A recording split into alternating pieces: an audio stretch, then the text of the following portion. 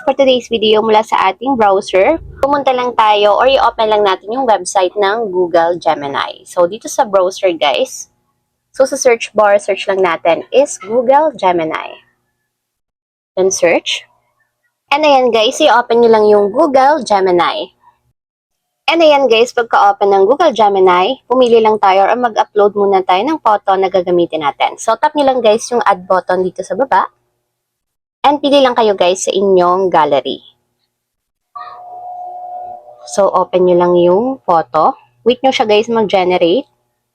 And after guys ma-upload, ang second step naman natin is magka-copy tayo ng prompt na gagamitin natin. So, nag-save ako dito sa aking notes. So, kakopy ko lang to guys. And kayo nang bahala kung anong gusto nyong hairstyle yung gamitin. So, copy lang natin. Then, paste nyo lang siya dito sa Ask Gemini.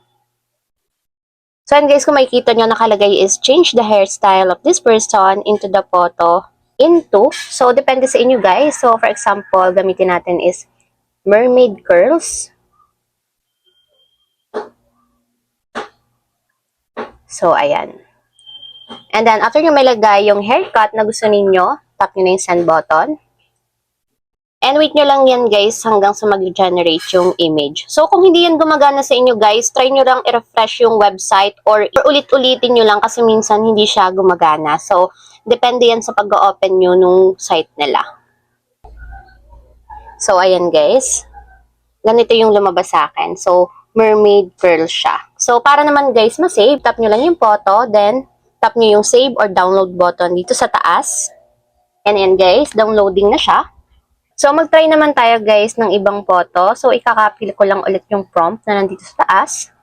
And papalitan ko lang yung hairstyle niya. So, gagawin ko tong pixie cut. So, mag-upload ulit tayo ng photo. So, same photo yung gagamitin ko. Yung pa rin siya. And ayan. Uploading pa yung photo na gagamitin natin. So, same prompt lang siya guys. Change the hairstyle of this person in photo into pixie cut. So, tap na natin yung send button after ma-upload ng image. And wait lang ulit natin guys hanggang sa mag-generate. So, ayan guys, okay na. I-scroll up na natin. And ayan guys, ganyan yung pixie cut. So, save ulit natin. Tap natin yung photo, then save.